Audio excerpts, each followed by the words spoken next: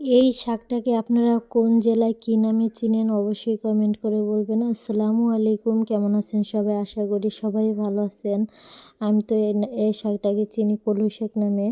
তো এই যে আমি এই শাকটাকে বাজার থেকে কিনে নিয়ে আসার পরে 1 কেজি নিয়েছি আমি। নিয়ে যে শক্ত অংশগুলো আমি ফেলে দিয়েছি, আর আগার যে নরম অংশগুলো, আগাগুলো শুধু নিয়েছি, যে আলতো করে চাপ দিলে ভেঙে যায়। এই আগাগুলো নিয়েছি, আর বাকিগুলো আমি শক্তগুলো ফেলে দিয়েছি। এই যে আমি সবগুলো শাকই আমি এভাবে বেছে নিয়েছি। নেওয়ার পর বাকি যে শক্ত অংশগুলো, ওগুলো আমি ফেলে দিব। তো এখানে 1 কেজি শাকের আমি অর্ধেক ফেলে দিয়েছি, আর অর্ধেক আমি নিতে পেরেছি আগাগুলো শুধু।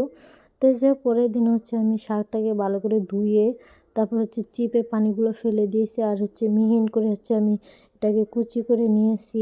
আপনারা যতটুকু পারবেন মিহিন করে কাটার চেষ্টা করবেন। বড় করে কাটলে এটা ভালো লাগে না খেতে। তাই আমি যতটুকু চিকন করে কেটেছি। তারপর এখানে আমি ফ্রাই প্যানে তেল দিয়ে এটাকে তারপর রসুন দিয়ে একটু লাল লাল করে একটু ভেজে নিয়েছি। তারপর পেঁয়াজ মরিচ এগুলো দিয়েছি, কাঁচামরিচ দিয়ে এটাকে আর একটু ভালো করে লাল লাল করে ভেজে তারপর এটার ভিতরে দিয়েছি কামরাঙ্গা মরিচ, কেউ আবার বোম্বাই মরিচ বলে, নাগা মরিচ বলে। তো আপনারা কোন জেলায় কী নামে চিনেন অবশ্যই কমেন্ট করে বলবেন।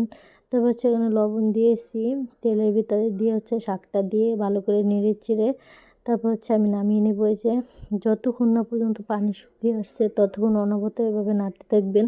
তারপর যে আমার শাকটা হয়ে গেছে, তারপরে আমি নামিয়ে নেওয়ার আগে যে শুকনো মরিচ গুঁড়ো করে দিয়েছি।